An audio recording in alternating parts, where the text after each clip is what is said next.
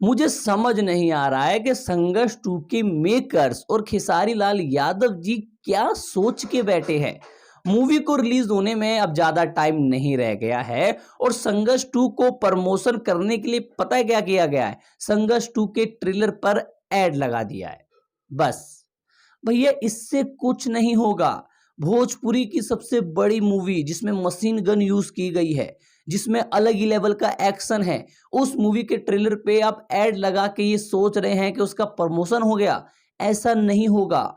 संघर्ष 2 के मेकर से और खेसारी लाल यादव जी से मैं ये कहना चाहूंगा कि इस मूवी को प्रमोट करने के लिए आप गांव जाइए, आप कॉलेज जाइए, आप स्कूल जाइए, आप अलग अलग जगह जाइए और इस मूवी का प्रचार करिए कि भोजपुरी की सबसे बड़ी मूवी आ रही है जिसका नाम है संघर्ष 2। अगर आप घर में बैठे बैठे संघर्ष 2 को ऑनलाइन प्रमोशन करेंगे तो ऑनलाइन प्रमोशन से कुछ नहीं होगा।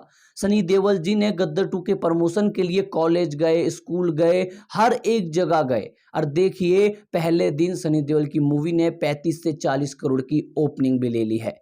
तो संघर्ष 2 के मेकर्स और खेसारी लाल यादव जी से मैं यही कहना चाहूंगा कि प्लीज सबसे पहले तो संघर्ष 2 का सेकंड ट्रेलर या टीजर अपलोड किया गया और उसके बाद संघर्ष 2 के जो जितने भी कलाकार हैं सारे के सारे लाइव आकर इस मूवी को प्रमोट करें और आप लोग कॉलेज जाइए, स्कूल जाइए, अलग अलग जगह जाइए और इस मूवी को प्रमोट करिए। फिर देखिए मैं संघर्ष 2 को प्रमोट कर रहा हूं इस चैनल पे। मैंने 4 से 5 वीडियो भी बनाई हैं और उन पे 2000-3000 व्यूज भी हैं, लेकिन हमें 2-3 हजार लोगों को नहीं, 2-3 लाख लोगों को नहीं, 2-3 करोड़ों को बताना है कि संघर्ष 2 मूवी आ रही है। अब 2-3 करोड़ लोगों को पता चलेगा तो उसमें से 1-1.5 करोड़ तो आज ही जाएंगे।